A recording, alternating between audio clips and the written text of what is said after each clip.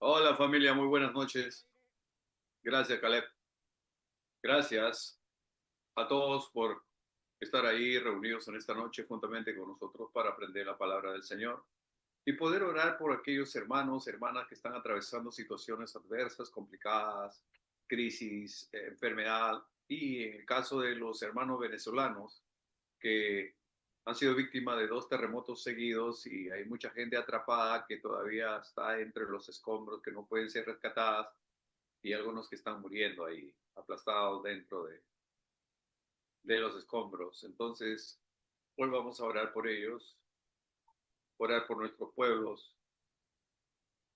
por nuestros países, para que el Señor nos guarde de este tipo de eventos, ¿no? Aunque caminamos hacia el fin de los tiempos y la Biblia dice cuando oyeres de guerras y de rumores de guerras.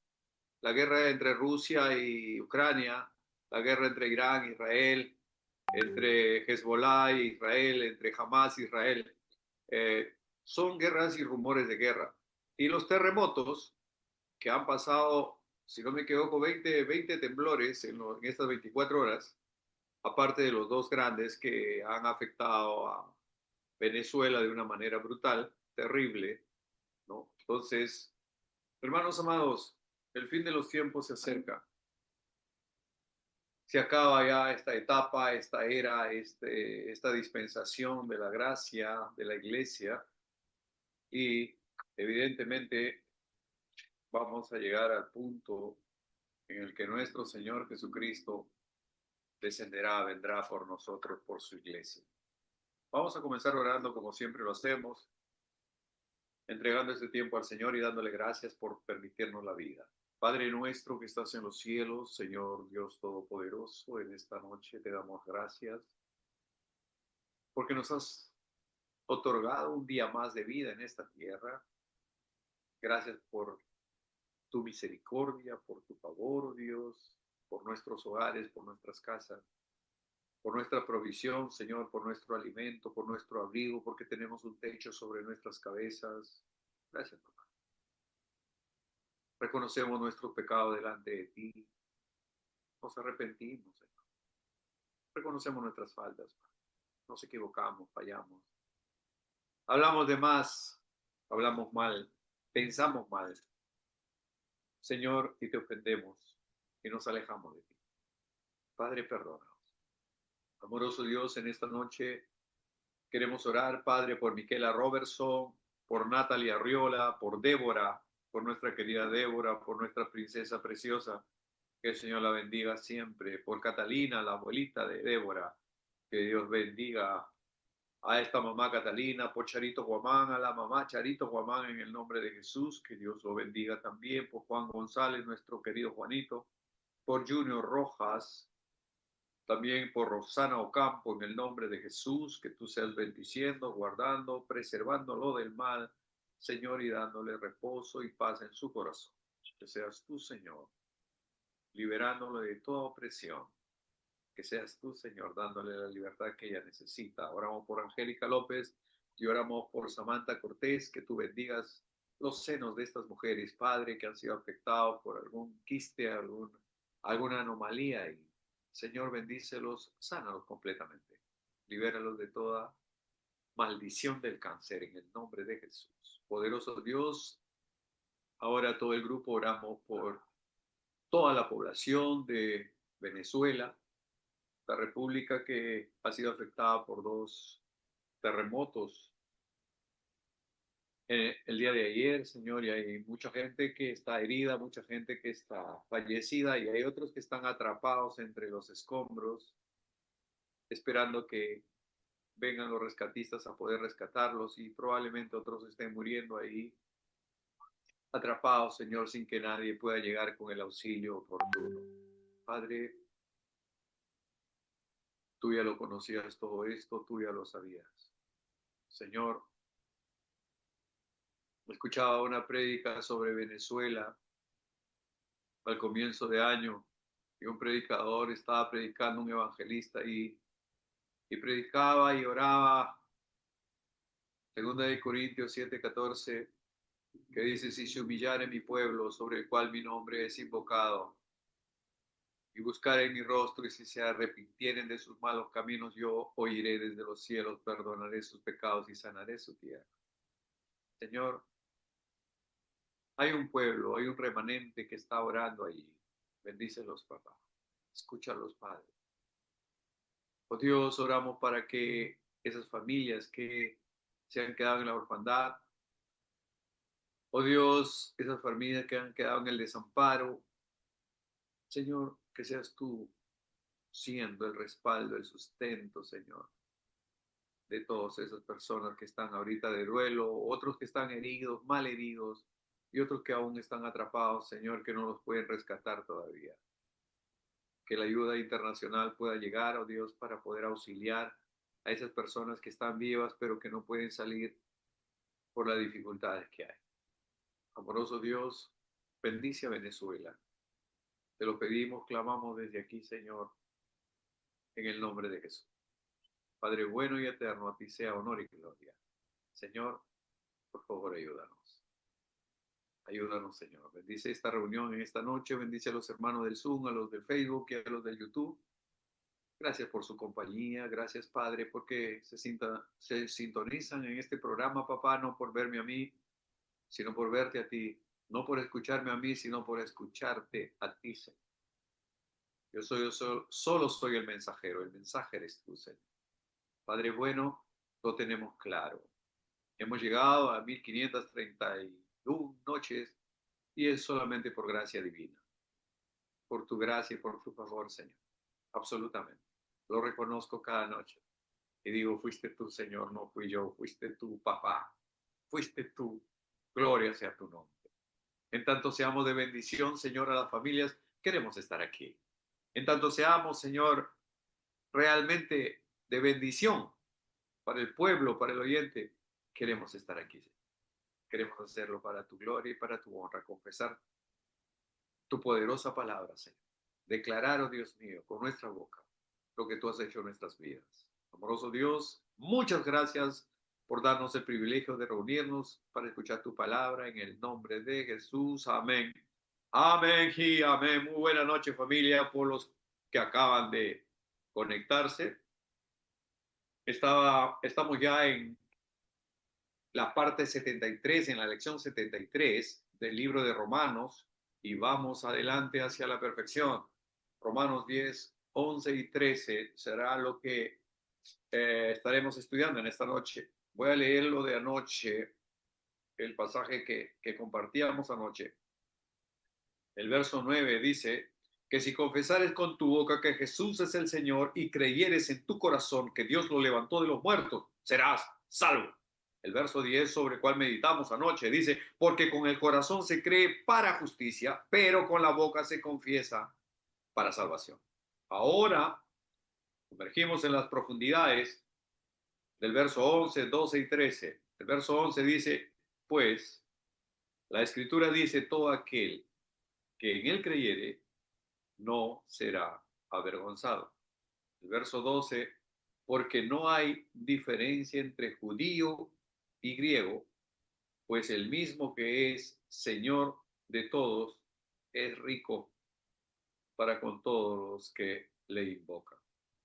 Verso 13 dice, porque todo aquel que invocare el nombre del Señor será salvo. Esta noche estaremos meditando en eso. Anoche pudimos estudiar con un poco de soltura, ¿no? El pasaje 10, porque con el corazón se cree para justicia, pero con la boca se confiesa para salvación. Decíamos que el apóstol Pablo establecía de alguna manera, pero muy claramente también, que existen dos factores para la salvación. No la hizo difícil, no es que te vayas al cielo, te trepes al cielo para bajar a Cristo desde ahí, y no es que bajes a los infiernos, al reino de los muertos, para sacar a Jesucristo de ahí. No, no tienes que hacer esos viajes astronómicos, astrales, no tienes que hacer esas proezas heroicas. No, no, no, tu salvación no está basado en eso. Dice, ¿no? Porque con el corazón se cree para justicia, pero con la boca se confiesa para salvación. Es un binomio completo. Es un binomio. Como decíamos, es una dupla perfecta. Y una no puede estar separada de la otra. Para que funcione, ¿no? Tienes que creer en tu interior. Y esa convicción, esa certeza, esa seguridad que tú tienes de tu salvación va a ser expresada externamente. Y será lo que complemente lo que el Señor tome por justicia cuando tengamos que ser juzgados. Cuando tú confiesas que Jesucristo ha resucitado de los muertos, eso te es tomado por justicia. ¿Ven? No puede haber un cristiano que no cree que Cristo resucitó. No hay forma, no hay manera. ¿No? Entonces, en el verso 11 dice, pues la escritura dice, todo aquel que en él creyere no será avergonzado. En este pasaje declara que todo aquel, toda persona que pone su confianza, su fe, que deposita todo su ser en el Señor Jesucristo, no será jamás defraudado ni avergonzado. Estamos hablando de la parte final de nuestro tiempo, cuando seremos coronados con la gracia y con el favor del cual ya nunca más saldremos. En esta generación, mientras nosotros vivamos aquí, vivimos en este mundo que es, mis hermanos, el valle de sombra de muerte. Hay persecución, hay enfermedad, hay mentira, engaño, brujería, hechicería, chamanería, celos, iras, contiendas, disensiones y toda esa gama de prejuicios para el ser humano. ¿Verdad? Sí, existe y nosotros vivimos acá. Y probablemente alguien se burle de usted por decir que es cristiano o por decir que es cristiana. A mí me han pasado muchas veces, así que ya, yo sé que a ustedes también, por decir que son cristianos. Por ver de repente que en un restaurante usted da gracias a Dios por sus alimentos. Entonces a veces la gente lo mira, ¿no? sé, como que raro, como que, pero bueno. Entonces, esta parte no se refiere necesariamente a esta dispensación, porque ya verán que aquí muchas veces cuando uno acepta a Jesucristo, su familia misma se pone en contra de usted. Yo me acuerdo que cuando nos conocimos con mi esposa, con Maelén, ella era católica, apostólica, ¿no? Meloalcohólica y romana y todo lo demás. Entonces, ¿por qué? Por tendencia, por familia, por tradición. ¿Ok? Yo era cristiano. Entonces, nos enamoramos. Entonces, ella se enamoró de Jesús. Nos casamos en una iglesia evangélica cristiana en contra de su padre. Su mamá, por ahí que aceptó, pero el viejo no. El viejo era un arequipeño, abogado, así recalcitrante, de esos tipos duros, bravos, ¿no? Así era el viejo. ¿No? Después hizo mi pata, mi amigo ya, ¿no? Al final de los tiempos. Entonces, ¿qué sucede, mis hermanos? Que había que compartirle la palabra así, bonito, bonito, ¿no? Para que ella pueda entender. Ella conoció a Jesús, aceptó a Jesucristo y lo sirvió hasta el último día de su vida. Interesante. Bueno, de alguna manera. Entonces, cuando íbamos por diferentes lugares y tal, a veces lo miraban a ella así como que, qué raro, ¿no? Esa chica tan guapa, pero evangelista, evangélica. De mí, bueno, como que pasaba piola, ¿no? Entonces, eso nos ha sucedido muchas veces. Y ella me decía, y me dijo muchas veces, nunca he sido maltratada en mi vida, más que en la iglesia. ¿Ah? En la iglesia, o sea, en la iglesia cristiana, en la iglesia donde congregábamos. ¿Por qué? Porque la iglesia, si bien es cierto, somos separados del mundo, pero nuestra santidad está en proceso. En la iglesia encontramos mentirosos, encontramos hipócritas, Y no es que se hicieron mentirosos e hipócritas en la iglesia, sino ellos ya vinieron así, llegaron así del mundo, ¿no? Entonces, pero no cambiaron su manera de pensar. Tenían fe en su corazón, creían en Dios, pero su mente todavía estaba con las tradiciones. Por eso anoche decíamos, ¿no? Es posible que usted sea un buen hermano, una buena hermana que tiene fe en Dios, que tiene su corazón, ¿no? En las cosas de Dios, pero su mente está llena de basura. No ha cambiado. Y sigue en los rudimentos del mundo todavía. Y no ha habido una verdadera transformación. Es una pena. Sin embargo, el pasaje dice, ¿no? Que con el corazón se cree para justicia y con la boca se confiesa para salvación. Eso cambia las cosas. Que no puedo estar hablando cosas muy bonitas cuando mi corazón está totalmente entenebrecido. O al revés, tener un corazón realmente lleno de Dios y estar hablando basura. Hay una incoherencia, hay una incompatibilidad ahí. Por eso, estos dos se alinean. Tu fe, tu creencia, tu convicción dentro de tu corazón y tu confesión de fe. Lo que está dentro de ti, lo que alberga tu corazón. Que puedas decir como Pablo, ya no vivo yo, más Cristo vive en mí. Entonces, y tú puedes confesarlo también. Entonces, mis hermanos, estos dos aspectos caminan juntos, van juntos, trabajan juntos, no funcionan juntos. Decíamos que este pasaje declara que todo aquel que pone su fe en Jesucristo, que deposita su corazón en Jesucristo, no será jamás defraudado ni avergonzado. Yo sé que el Señor está con nosotros todos los días, ¿verdad? Pero no nos exime, repito, no nos exime de que nos vayan a pasar cosas en esta tierra, en esta vida y en esta generación. Por ahí que nos estafa, por ahí que algunos negocios que pensábamos que funcionan no funcionan, algunas actividades que nosotros lo hacemos de buen corazón, sin embargo, los vecinos, los hermanos o los compañeros de trabajo lo ven de mala manera, nos juzgan mal y eso puede suceder. No nos exime, no nos exime, hermano, de que en algún momento nos avergüence por ahí.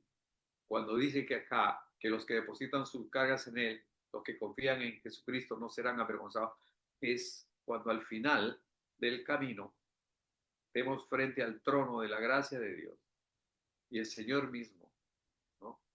Nos separe para su gloria y para su honra, nos lleve a la eternidad con Él.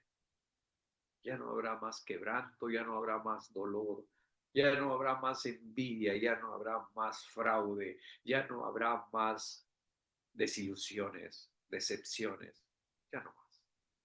Ya no habrá agravio, no habrá vergüenza, no habrá muerte, no habrá sepulcros porque no habrá muerte. Este versículo se convierte en el núcleo central del mensaje de salvación. Este versículo precisamente, pues la escritura dice que todo aquel que en él cree no será avergonzado. Todo aquel que en él cree no será avergonzado. Este versículo, repito, se convierte en el núcleo central del mensaje de salvación de Pablo. La justificación está abierta, mis hermanos, para todos, absolutamente para todos, judíos y gentiles por igual. Y se basa en la gracia divina y no en las obras de los judíos ni en los errores de los gentiles. No, tiene nada que ver. Es decir, Dios no está mirando tu pasado, tus errores, tus fallas, tus faltas. No, Él está extendiendo su gracia infinita para que tú lo puedas recibir. El apóstol Pablo, una vez más, cita un pasaje del Antiguo Testamento. En este pasaje de aquí, pues la escritura dice que todo aquel que en él cree no será avergonzado. Él escribe tal cual y se lo manda a los romanos, a la iglesia de Roma. Pero él coge un pasaje, ¿no?, del profeta Isaías, Isaías 28:16, que dice así, Isaías 28:16, por tanto, Jehová el Señor dice así, he aquí, yo he puesto en Sión por fundamento una piedra, piedra probada, angular, preciosa, de cimiento estable. El que creyere no será avergonzado. Cuando habla de una piedra, de un fundamento, cuando habla de la piedra que los edificadores desecharon, pero él lo declara que es una piedra probada, angular, preciosa, de cimiento estable, ¿no? Cuando dice que ha puesto en Sion es cuando que lo puso en Israel, y ahí nació nuestro Señor Jesús. Ahí nació nuestro Señor Jesucristo, y ahí vendrá a reinar por 1000 años en Jerusalén. Todos los demás que se hacen los vivos en querer cambiar la historia, en tratar de meter su doctrina errada, están equivocados. Por eso es que hay mucha gente que se pregunta por qué tanta bronca a los judíos. ¿Por qué han buscado desde tiempos inmemoriales que desaparecer al pueblo de Israel? ¿Por qué? ¿Qué tan malos son esos tipos? ¿Tan perversos, tan denigrantes son los judíos? ¿Qué es lo que tiene? ¿Por qué le tiene bronca el mundo? Ya saben que en Persia, el malvado Amán preparó una horca para ahorcar a todos los judíos. Y gracias a la intervención milagrosa, providencial de la reina Esther, nosotros lo hemos estudiado ese tema ya, fueron salvados. Después los probos en Rusia, después los nazis en la Segunda Guerra Mundial, eliminando a 6 millones de judíos. Después, en España, ¿no?, la Inquisición que llegó a Perú, también una persecución de judíos por ser judío. No le hacían mal a nadie. Sin embargo, ¿por qué viene la bronca? ¿Por qué le tienen odio al judío? Y ahora son países enteros, todos sus vecinos, Siria, Líbano, Egipto, y todos los que están a su alrededor, y los que no están a su alrededor también. Ahí está Irán. Irán está a 2000 kilómetros de distancia. Pero Irán paga, ¿para qué? Para que haya un ejército de subversivos, de terroristas en el Líbano, que son vecinos, comparten frontera con Israel, para que de ahí les estén disparando. Y igual por el sur, ¿no?, en Gaza están los terroristas de Hamas, pagados por Irán, para que le disparen. Pero ¿por qué viene el encono, la bronca? Porque para ellos es su guerra santa. Para ellos es su guerra santa. Ellos no pelean por un pedazo de tierra, que generalmente las guerras se dan por un, digamos, por un tema geopolítico, por un pedazo de terreno más. No, no se trata de eso. Ellos quieren al judío muerto, punto, que no existe. Según ellos, para que exista paz en la tierra.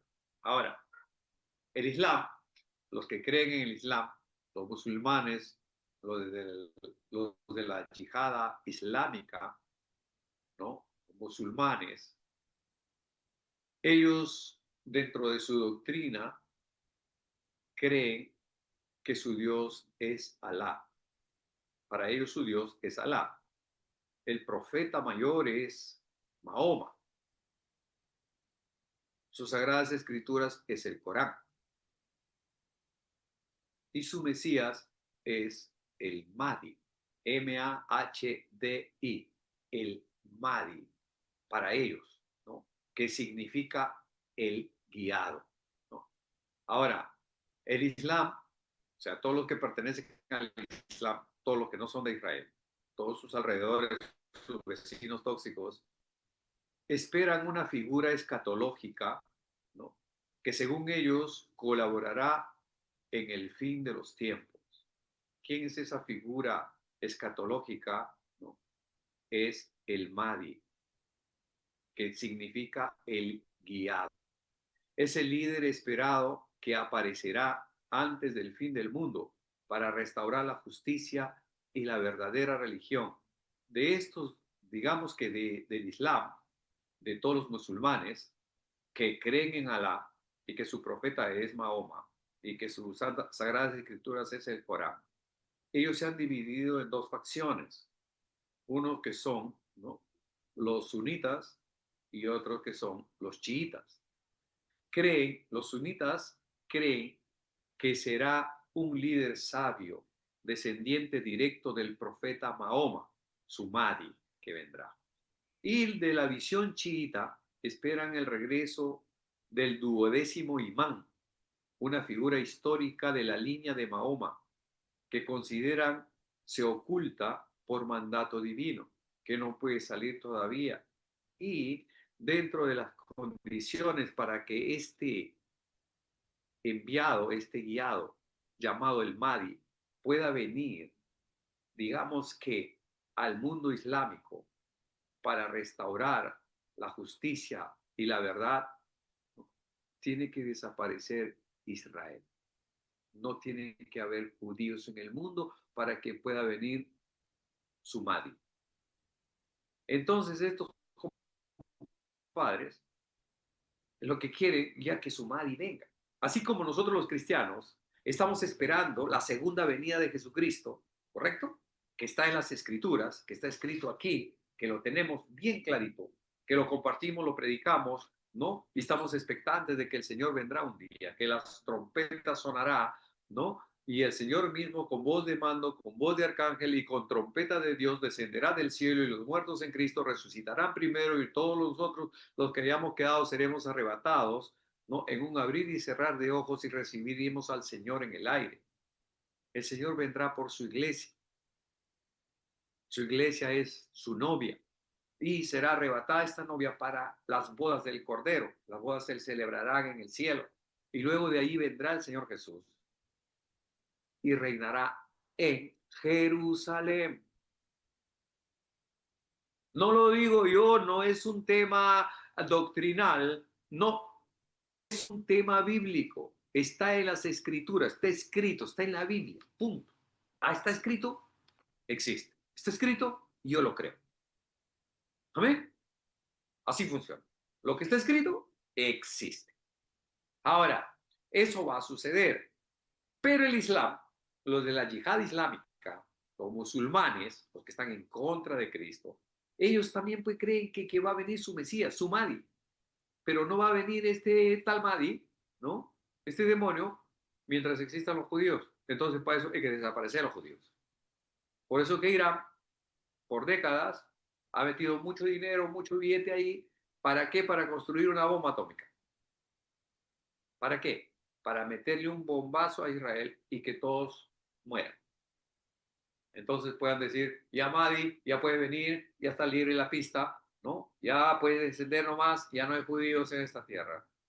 Y eso no sucederá nunca jamás. Porque el Rey de Reyes y el Señor de Señores, Jehová de los ejércitos, admirable consejero, Dios fuerte, Padre eterno, príncipe de paz, Rey soberano, el León de Judá, es el Dios de Abraham, el Dios de Isaac, el Dios de Jacob, el Dios de Israel. Aleluya. Gloria a Dios.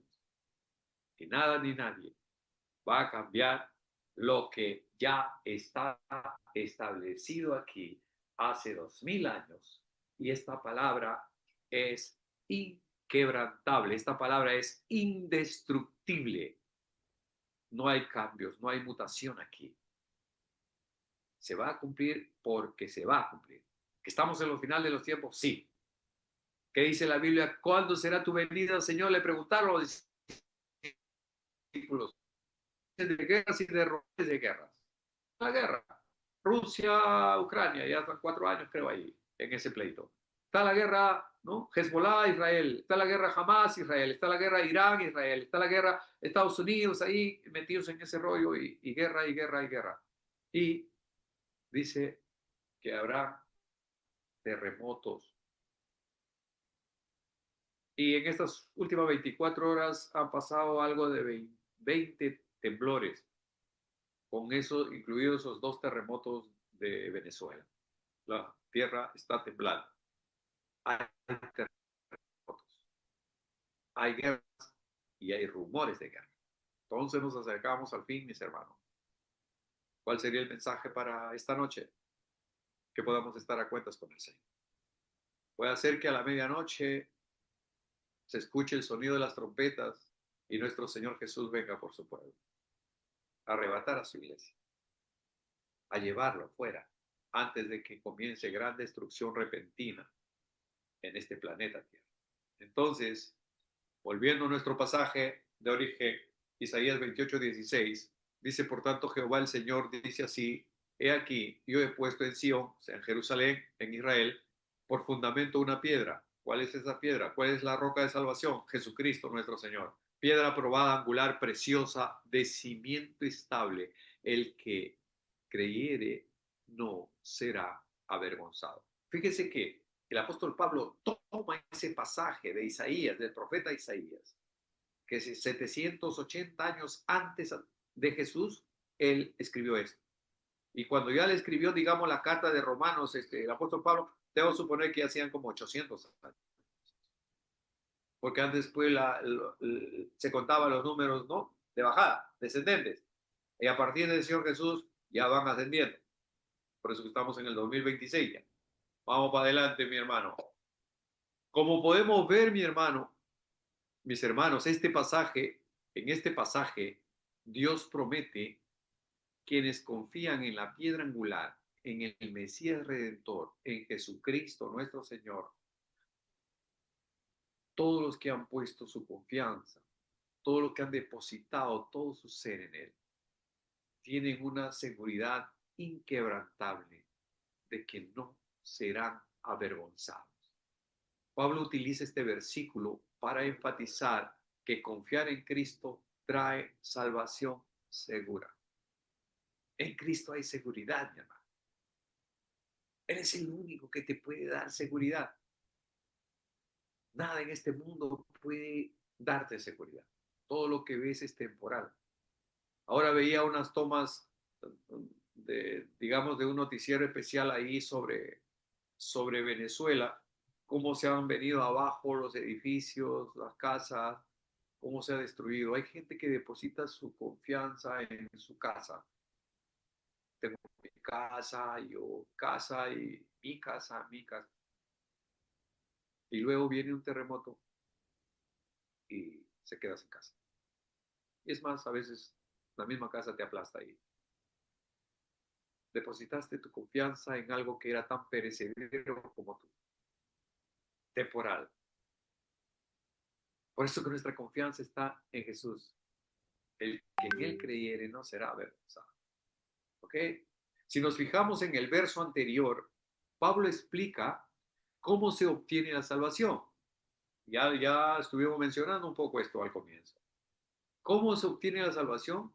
De creer con el corazón y de confesar con la boca. Con el corazón se para justicia, pero la boca se confiesa para salvación. Creer con el corazón es la convicción interna y la confianza total en que Dios levantó a Jesús de los muertos. Y esto es lo que Dios cuenta, acepta como justicia delante de ti. Ahora, confesar con la boca, ¿qué es lo que confiesa? ¿No? ¿Cuál es tu confesión? No se trata de repetir como un loro una fórmula mágica, como un rezo ahí, repitiendo ahí, como un mantra. No, no se trata de eso, sino más bien que es esa confesión la armonía entre lo que se cree por dentro y lo que se declara públicamente por fuera. Ya verás, completo, perfecto, que tiene una armonía. Es en lo que tú sientes dentro de ti y lo que tú confiesas, y lo que tú declaras públicamente. Dice, no será avergonzado. El que cree en Él no será avergonzado.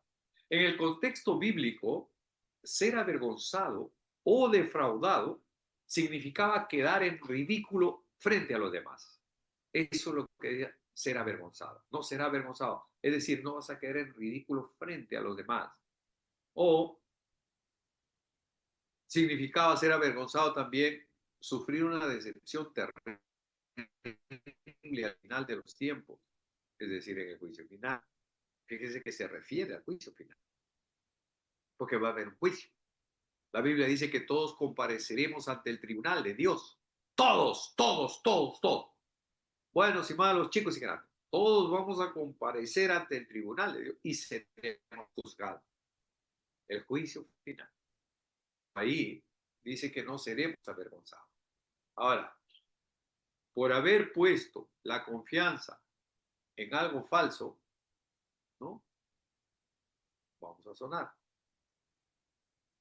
Por haber depositado tu confianza en Dios que tú mismo has construido. Porque hay gente que fabrica su propio Dios. O hay gente que va y compra en el mercado su Dios. Se estatuita y lo lleva a su casa. Y le hace un altar ahí y le prende una vela. ¿Sí o no? ¿Sí o no? Acá en Lima, acá cerca de donde yo vivo, está la avenida Tacna. Ahí está la iglesia de la Nazarena, donde se guarda ahí a esa pintura, a esa estatua del Señor de los Milagros, que es una estatua muy venerada, ¿no? Por muchos católicos, muchísimos, incluso de otros, de gente peruana que vive en otros países, viene en octubre porque hay procesión y es una de las procesiones más grandes que hay en Perú.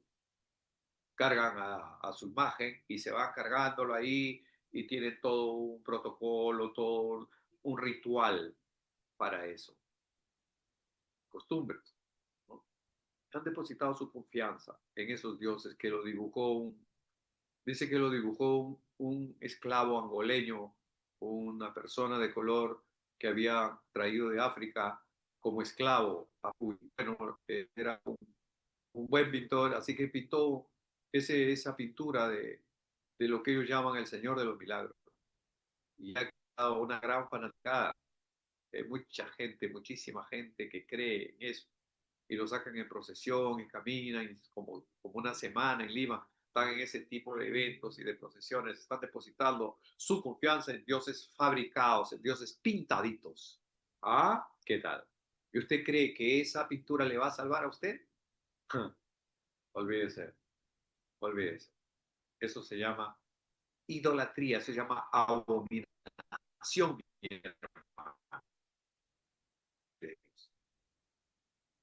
Es que es inconcebible que tú puedas reemplazar con una pintura, con una imagen, con una estatua a Dios Todopoderoso, creador del universo.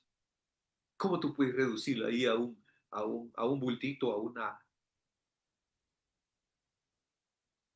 No hay manera. Tiene que ser un problema mental, como para reducirte a eso, ¿verdad? Y cuando la gente deposita su confianza en eso, entonces va a ser avergonzado. Va a ser avergonzado. Y va a ser terrible porque no va a haber marcha atrás. Ahora, mi hermano, cuando nosotros venimos a Él arrepentidos, nunca seremos rechazados por Dios. Nunca. ¿Por qué? Porque la salvación dice, todo aquel que en Él cree, a todo aquel que en Él cree. Pues la Escritura dice, verso 11 estoy leyendo, pues la Escritura dice, todo aquel que en Él creyere no será avergonzado. Y Juan 3:16, un pasaje muy conocido, dice, porque de tal manera amó Dios al mundo para que, ¿no? Envió a su Hijo para que todo aquel que en Él crea no se pierda. Todo aquel que en Él crea. No está hablando solamente de una etnia, de una raza, de una generación, del pueblo judío nada más. No, dice todo, todo aquel que en Él quiera, absolutamente para todos es extendido la gracia, el favor, la misericordia de Dios, la oportunidad de ser salvo. Pero así como los judíos rechazaron, también los gentiles, hay muchos gentiles que lo rechazaron también. Ahora, mis hermanos, por acá llegamos al punto que Jesucristo es el fundamento seguro para nuestra salvación. No habrá arrepentimiento eterno si nosotros tenemos a Cristo en nuestro corazón. por haber entregado la vida a Jesús, seremos salvos y no nos arrepentiremos eternamente, como sí lo harán los que rechazaron a Jesús, ¿no? En esta tierra, en esta generación, ¿no? Cuando vayan al fuego eterno, ahí se van a arrepentir el resto de su existencia, de no haber aceptado a Jesucristo como su Señor y Salvador personal. En cambio, nosotros no seremos avergonzados, no habrá arrepentimiento eterno. Acá nos arrepentimos porque reconocemos nuestras faltas, nuestros pecados, nuestra falla delante de Dios, porque no somos perfectos, estamos camino a la perfección, estamos en ese proceso. Dios sigue moldeando nuestras vidas, Él sigue siendo el alfarero y nosotros seguimos siendo el barro. Estamos en la mesa del alfarero y Él está formando. Por eso tenemos que decir cada día, toma mi vida, Señor, hazla de nuevo. Toma mi vida, Señor, arréglala, modifícala, transfórmala, ¿no? Ahora, vamos al verso 12. El verso 12 del capítulo 10 de Romanos dice, porque no hay diferencia entre judío y griego, pues el mismo que es Señor de todos es rico para con todos los que le invocan. Pablo, el apóstol Pablo, establece que no hay ninguna diferencia entre judíos y gentiles. El mismo Señor es rico en bondad para con todos los que le invocan. Evidentemente, este versículo echa por tierra las barreras raciales, étnicas y religiosas, porque en el contexto del Antiguo Testamento, el pueblo judío era el pueblo que se preciaba de tener la gracia, el favor, la misericordia de Dios, porque era el pueblo escogido por Dios, porque Dios había escogido a Abraham entre toda la humanidad, y de esa descendencia vino el pueblo de Dios, el pueblo escogido, el pueblo de Israel, la nación de Israel, el Estado de Israel. Pero ¿qué sucedió? Cuando el Señor Jesús vino y vino a su pueblo, a los suyos vino y los suyos no lo recibieron, no lo aceptaron. Más a todos los que le aceptaron, a todos los que le recibieron, dio de ser hechos hijos de Dios. ¿Ok?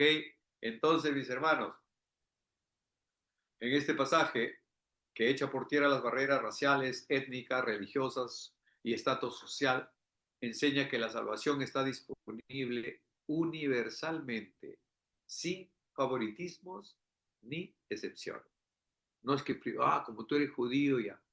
El apóstol Pablo va a decir en un pasaje, primeramente al judío y después al griego, porque el Señor Jesús evidentemente nació allí y tenía que impactar primeramente al pueblo judío para que el pueblo judío pueda impactar al mundo. Primeramente al judío.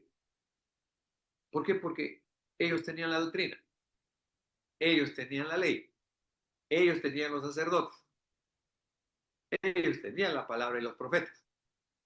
El pueblo gentil no lo tenía, no sabía nada de ello. Entonces a ellos vino primero y luego los gentiles. Ahora, en el contexto histórico, los judíos tenían privilegios por ser el pueblo elegido por Dios, mientras que los gentiles, todos los que no eran judíos, eran considerados ajenos a la promesa.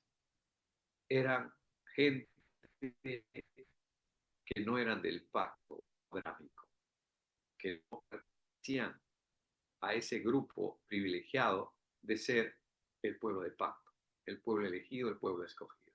Sin embargo, aquí el apóstol Pablo declara que esta distinción ha sido separada en Cristo Jesús.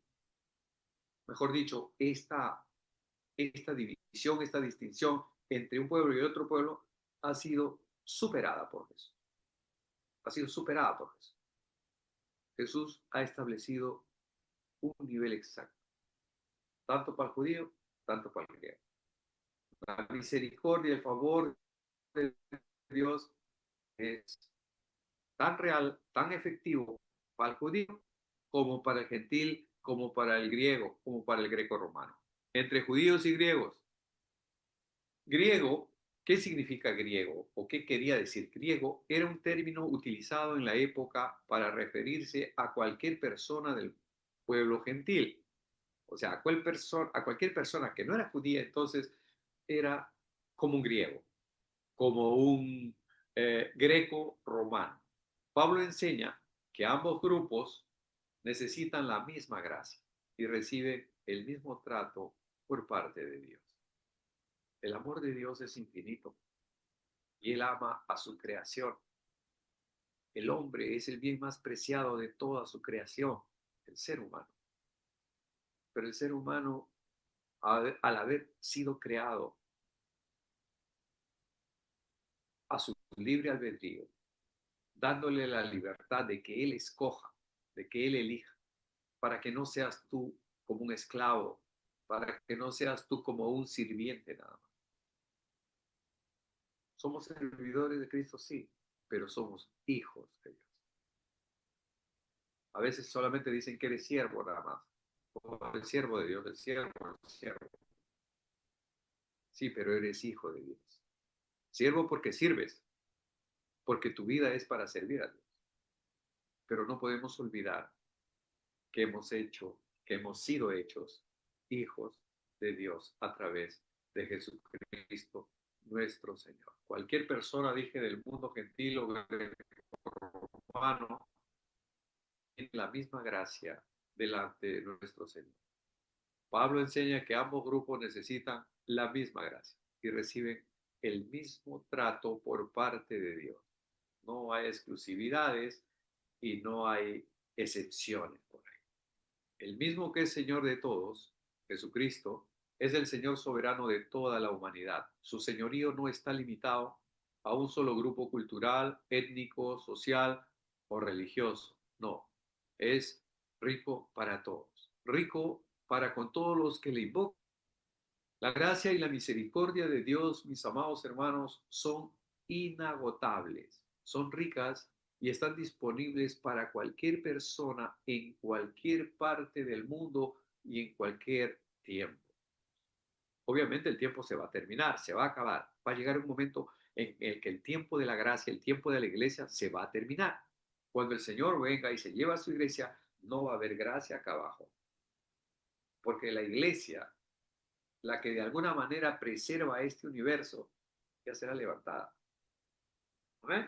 Entonces, aquí se destaca que el único requisito para recibir la salvación, amado hermano, es la fe en Jesucristo, eliminando de esta manera cualquier tipo de discriminación social, racial o religiosa. Vamos al verso 13. El verso 13 dice, porque todo aquel que invocar el nombre del Señor será salvo. Evidentemente, este pasaje nos muestra que la salvación está abierta absolutamente para todos. Dios lo hizo fácil, Dios lo hizo accesible y está disponible para todos. Pero no todos lo van a aceptar, no todos lo van a recibir. Ahora, no importa tu pasado, no importa tu origen, no importa tu estatus social. El infinito amor de Dios está extendido para ti y para todo el mundo, para todo ser humano. Cuando dice todo aquel, ¿no? Aquí aclaramos, cuando dice, se refiere a una promesa universal e inclusiva, eliminando toda barrera de raza, género o nivel de pecado. No, tú eres demasiado pecador, ya tú no puedes ser salvo. Ah, no, tú ya hueles a pecado, no puedes ser salvo. Pero, existen algunas iglesias que separan.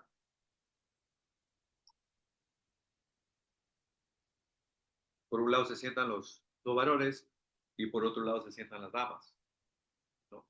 Y cuando algún hermano por ahí sabe, se entera por chisme, no porque el Espíritu les dijo que está en pecado en algo, lo reprenden, lo recriminan, lo sancionan, lo botan de la iglesia. En fin, no soy parte de eso, pero hay iglesias que lo hacen. Estamos juzgando. Pero ¿qué dice el Señor? El Señor, ¿no? Cuando dice todo aquel que invocare, se refiere a una persona a una promesa universal e inclusiva, eliminando toda barrera de raza, de género o nivel de pecado. No está refiriéndose bueno, si no eres tan pecador, ya puedes pasar por ahí que la libras. Pero si eres un terrible pecador o pecadora, entonces te va a costar más. No, su amor es infinito. No podemos hacer nada para que el Señor nos ame más. No podemos hacer nada para que el Señor nos ame menos. Su amor es inexplicable, es infinito, es indestructible, es inagotable.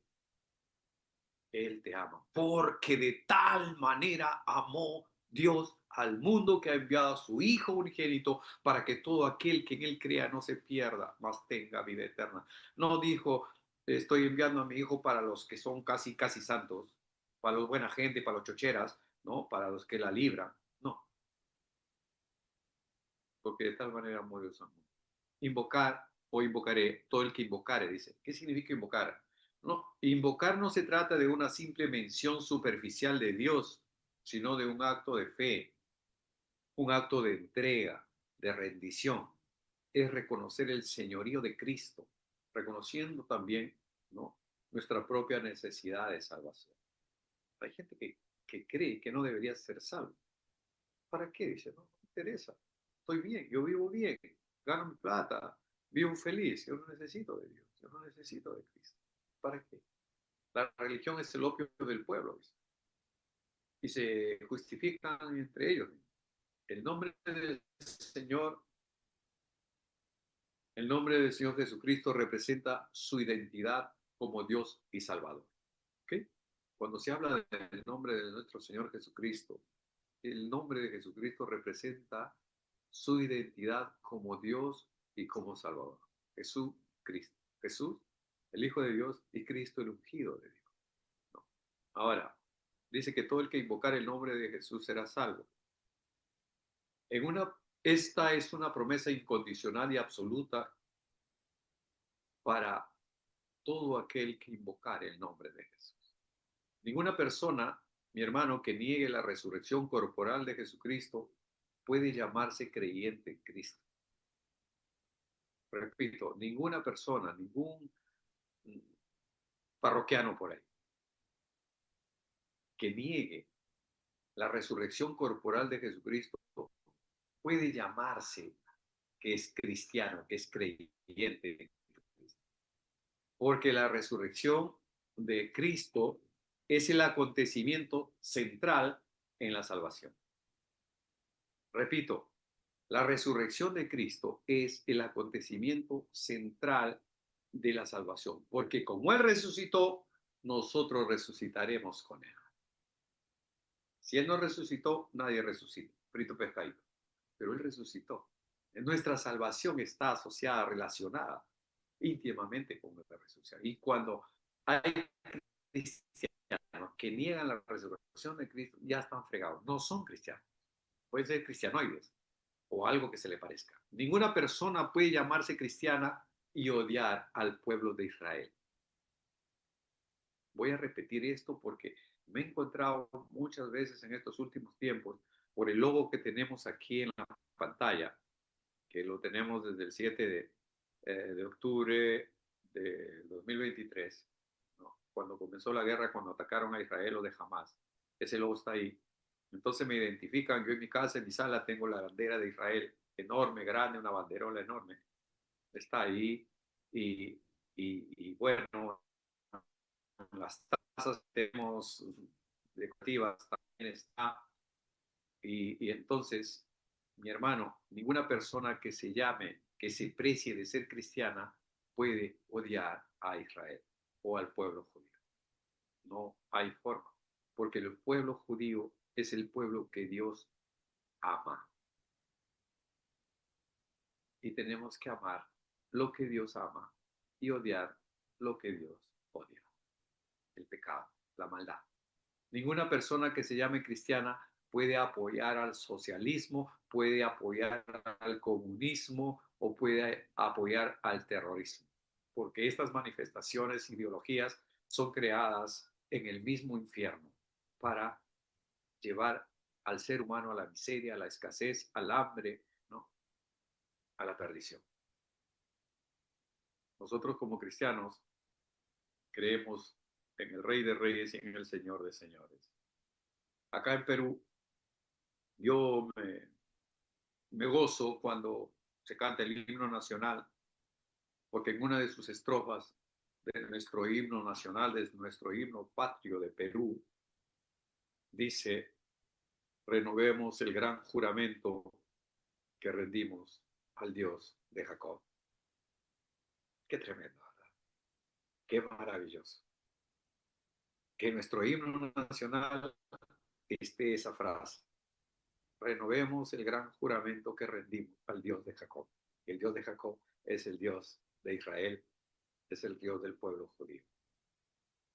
Muchas gracias, amados hermanos. Confío en nuestro Señor que esta meditación pueda servirles en su crecimiento espiritual. A mí me está ayudando mucho poder preparar este material para compartirlo con ustedes. Yo sé que los contenidos vienen del Espíritu Santo y me gozo en recibirlos para poder compartirlos. Gracias por sus oraciones. Sigan orando por Caleb y por mí. Hay mucha turbulencia en nuestro vuelo de crucero en estos últimos días, en estas últimas semanas, pero nada ni nadie nos va a poder separar del gran amor de Dios que es en Cristo Jesús, Señor nuestro. No hay nada como la palabra de Dios para crear un propósito en tu vida que dure todo el día y más allá.